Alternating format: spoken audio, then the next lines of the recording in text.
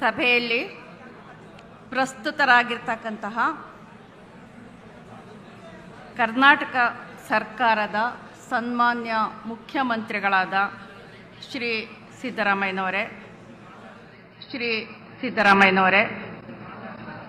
ಸಮಾಜ ಕಲ್ಯಾಣ ಸಚಿವರು ಹಾಗೂ ಮೈಸೂರು ಜಿಲ್ಲಾ ಉಸ್ತುವಾರಿ ಸಚಿವರಾದಂತಹ ಶ್ರೀ ಎಚ್ ಸಿ ಮಹದೇವಪ್ಪನವರೇ, ಮಾನ್ಯ ಪಶುಸಂಗೋಪನೆ ಮತ್ತು ರೇಷ್ಮೆ ಸಚಿವರಾದ ಶ್ರೀ ವೆಂಕಟೇಶ್ರವರೇ, ಮಾನ್ಯ ಹಿಂದುಳಿದ ವರ್ಗಗಳ ಕಲ್ಯಾಣ ಹಾಗೂ ಕನ್ನಡ ಮತ್ತು ಸಂಸ್ಕೃತಿ ಸಚಿವರಾದ ಶ್ರೀ ಶಿವರಾಜ್ ತಂಗಡಿಯವರೇ, ಕಾನೂನು ಸಂಸದೀಯ ವ್ಯವಹಾರಗಳ ಮತ್ತು ಶಾಸನ ರಚನೆ ಹಾಗೂ ಪ್ರವಾಸೋದ್ಯಮ ಸಚಿವರಾದ ಶ್ರೀ ಎಚ್ ಕೆ ಪಾಟೀಲ್ ರವರೇ, ಆಹಾರ ನಾಗರಿಕ ಸರಬರಾಜು ಮತ್ತು ಗ್ರಾಹಕರ ವ್ಯವಹಾರಗಳ ಸಚಿವರಾದ ಶ್ರೀ ಕೆ ಎಚ್ ಮುನಿಯಪ್ಪನವರೇ, ಲಕ್ಷ್ಮೀ ಹೆಬ್ಬಾಳ್ಕರ್ ಅವರು ಬಂದಿಲ್ಲ ಅನ್ಸುತ್ತಲ್ಲ, ಬಂದಿಲ್ಲ.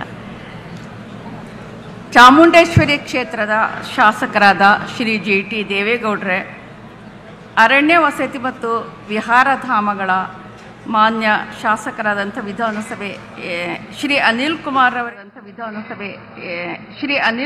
ರವರೇ, ಶ್ರೀ ಬಿ ರಮೇಶ್ ಬಂಡಿ ಸಿದ್ದೇಗೌಡರವರೇ, ಕರ್ನಾಟಕ ರಾಜ್ಯ ಗ್ಯಾರಂಟಿ ಯೋಜನೆಗಳ ಅನುಷ್ಠಾನ ಪ್ರಾಧಿಕಾರದ ಉಪಾಧ್ಯಕ್ಷೆಯಾದಂತಹ ಡಾಕ್ಟರ್ ಪುಷ್ಪಾ ಅಮರನಾಥ್ ರವರೇ, ಲೋಕಸಭಾ ಸದಸ್ಯರಾದ ಶ್ರೀ ಸುನೀಲ್ ಬೋಸ್ ರವರೇ, ಶಾಸಕರಾದ ಶ್ರೀ ತನ್ವೀರ್ ಸೇಠ್ ರವರೇ, ಡಾಕ್ಟರ್ ಡಿ ತಿಮ್ಮಯ್ಯನವರೇ, ಶ್ರೀ ಸಿ ಎಸ್ ಮಂಜೇಗೌಡ್ರೆ, ಶ್ರೀ ಡಿ ರವಿಶಂಕರ್ ರೇ, ಶ್ರೀ ಜಿ ಡಿ ಹರೀಶ್ ಗೌಡ್ರವರೇ, ದರ್ಶನ್ ಧ್ರುವನಾರಾಯಣರವರೇ, ಶ್ರೀ ಟಿ ಎಸ್ ಶ್ರೀವತ್ಸರವರೇ, ಶ್ರೀ ಕೆ ಹರೀಶ್ ಗೌಡರವರೇ, ಶ್ರೀ ಕೆ ವಿವೇಕಾನಂದರವರೇ, ಶ್ರೀ ಎಚ್ ಎಂ ಗಣೇಶ್ ಪ್ರಸಾದ್ ರವರೇ, ಶ್ರೀ ದಿನೇಶ್ ಗೂಳಿಗೌಡರವರೇ, ಶ್ರೀ ಅಯೂಬ್ ಖಾನ್, ಶ್ರೀಮತಿ ನಾಗಮ್ಮ ಮತ್ತು ಶ್ರೀ ರವಿಕುಮಾರ್ ರವರೇ, ಮತ್ತು ಇಲ್ಲಿ ನೆರೆದಿರ್ತಕ್ಕಂತಹ ನನ್ನ ಎಲ್ಲ ಸ್ನೇಹಿತರೇ, ಸಂಬಂಧಿಗಳೇ, ಬಂಧುಗಳೇ, ನಮಸ್ಕಾರ. ಈ ದಿನ ದಸರಾ ಉತ್ಸವದ ಉದ್ಘಾಟನೆಯನ್ನ ತಾಯಿ ಚಾಮುಂಡೇಶ್ವರಿಯ ಕೃಪಾಶೀರ್ವಾದದೊಂದಿಗೆ ನಾವೆಲ್ಲರೂ ಸೇರಿ ವಿಜೃಂಭಣೆಯಿಂದ ಉದ್ಘಾಟನೆ ಮಾಡ್ತಾ ಇದ್ದೀವಿ. ನಾನು ಈಗಾಗಲೇ ಒಂದು ಸಂದರ್ಶನದಲ್ಲಿ ಹೇಳಿದ್ದೆ, ನನ್ನ ಗೆಳತಿ ಒಬ್ಬರು ನನ್ನ ಬುಕ್ಕರ್ ಸಂದರ್ಭದಲ್ಲಿ ಚಾಮುಂಡೇಶ್ವರಿ ದೇವಸ್ಥಾನಕ್ಕೆ ನನ್ನನ್ನು ಕರ್ಕೊಂಡು ಬರ್ತೀನಿ ಅಂತ ಹರಕೆ ಹೊತ್ತಿದ್ರು. ನನ್ನ ಆಪ್ತ ಗೆಳತಿ ಯಾಕೆ, ನನಗೆ ಹೋಗ್ಲಿಕ್ಕೆ ಸಾಧ್ಯ ಆಗಲಿಲ್ಲ ಕಾರಣಾಂತರಗಳಿಂದ.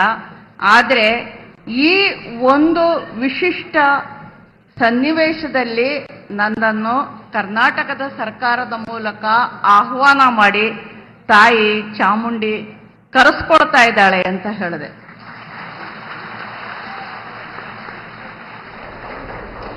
ಈ ವಿಷಯದಲ್ಲಿ ಬೇಕಾದಷ್ಟು ಏರುಪೇರುಗಳು, ಬೇಕಾದಷ್ಟು ಎಲ್ಲ ರೀತಿಯ ಒಂದು ಚಾರಿತ್ರಿಕ ಸನ್ನಿವೇಶಗಳು ಉತ್ಪನ್ನ ಆದರೂ ಕೂಡ ತಾಯಿ ಚಾಮುಂಡಿ ನನ್ನನ್ನು ಕರ್ಸ್ಕೊಂಡಿದ್ದಾಳೆ. ನಾನು ಈಗ ತಾನೇ ಆಕೆಯ ಸನ್ನಿಧಿಯಿಂದ ನಿಮ್ಮೆಲ್ಲರ ಎದುರಿಗೆ ಬಂದು ನಿಂತಿದ್ದೀನಿ. ಸ್ನೇಹಿತರೆ, ಮೈಸೂರು ದಸರಾದ ಈ ಅತಿ ಮಹತ್ವದ ಪವಿತ್ರ ಕ್ಷಣದಲ್ಲಿ ಚಾಮುಂಡಿ ತಾಯಿಯ ಕೃಪೆಯ ನೆರಳಿನಲ್ಲಿ ಈ ವೇದಿಕೆಯಿಂದ ನಿಮ್ಮೆದುರು ನಿಲ್ಲುವ ಅವಕಾಶ ನನಗೆ ದೊರೆತಿರ್ತಕ್ಕಂಥದ್ದು ನನ್ನ ಜೀವನದ ಅತ್ಯಂತ ಗೌರವದ ಗಳಿಗೆ. ದಸರಾ ಅಂದರೆ ಇದು ಕೇವಲ ಹಬ್ಬ ಮಾತ್ರವಲ್ಲ, ಇದು ಈ ನಾಡಿನ ಒಂದು ನಾಡಿ ಮಿಡಿತ, ಸಂಸ್ಕೃತಿಯ ಉತ್ಸವ, ಎಲ್ಲರನ್ನೂ ಒಳಗೊಳ್ಳುವ ಗಳಿಗೆ ಮತ್ತು ಸಮನ್ವಯದ ಮೇಳ. ಈ ನೆಲದಲ್ಲಿ ಹುಟ್ಟಿದ ಪ್ರತಿಯೊಂದು ವಾರಿಸುದಾರಿಕೆ, ಸ್ಪಂದನೆ, ಜವಾಬ್ದಾರಿ ಮತ್ತು ನೆನಪುಗಳು ಇವೆ. ಮೈಸೂರು ಸಂಸ್ಕೃತಿಯ ಮೈಸೂರು ಅರಸರ ಸಂಸ್ಕೃತಿಯ ಪರಂಪರೆಯಿಂದ ಹಿಡಿದು ಕನ್ನಡ ಭಾಷೆಯ ಹೃದಯದ ಆಳದ ಸ್ಪಂದನದವರೆಗೆ ಈ ಹಬ್ಬವು ನಮಗೆ ನೆನಪಿಸುತ್ತೆ. ಏನು ಅಂದರೆ, ಸಂಸ್ಕೃತಿ ಎಂದರೆ ಬೇರೆ ಬೇರೆ ಧ್ವನಿಗಳ ಸಂಗಮ, ವಿಭಿನ್ನತೆಯಲ್ಲೇ ಏಕತೆಯ ಸುಗಂಧ. ದಸರಾ ನಮ್ಮ ಸಮಗ್ರ ಸಂಸ್ಕೃತಿಯ ಪ್ರತೀಕ. ನನಗೆ ಗೊತ್ತಿರೋ ಹಾಗೆ ಮೈಸೂರಿನ ಉರ್ದು ಭಾಷಿಕರು ನವರಾತ್ರಿಯ ಎಲ್ಲ 10 ದಿನಗಳಿಗೂ ಕೂಡ ಉರ್ದುವಿನಲ್ಲಿ ಅವರದೇ ಆದಂತಹ ಗುರುತನ್ನು ಕೊಟ್ಟಿರ್ತಾರೆ. ಆ ಗುರುತಿನಿಂದಲೇ ಕರೀತಾರೆ.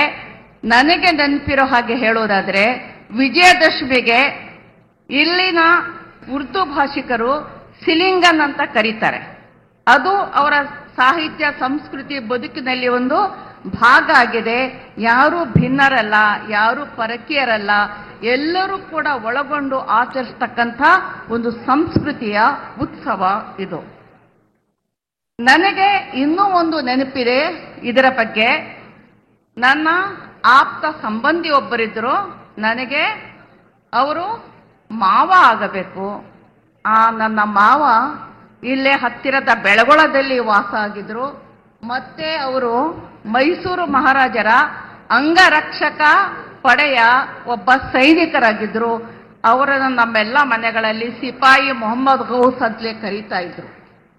ನನಗೆ ಈಗ ಹೆಮ್ಮೆ ಅನಿಸುವಂಥದ್ದು, ಮಹಾರಾಜರು ಅವರೊಬ್ಬರೇ ಅಲ್ಲ, ಆ ಥರದ ಅನೇಕ ಅಂಗರಕ್ಷಕರು ಮಹಾರಾಜರಿಗೆ ಇದ್ರು. ನನಗೆ ಈಗ ಅನಿಸುವಂಥದ್ದು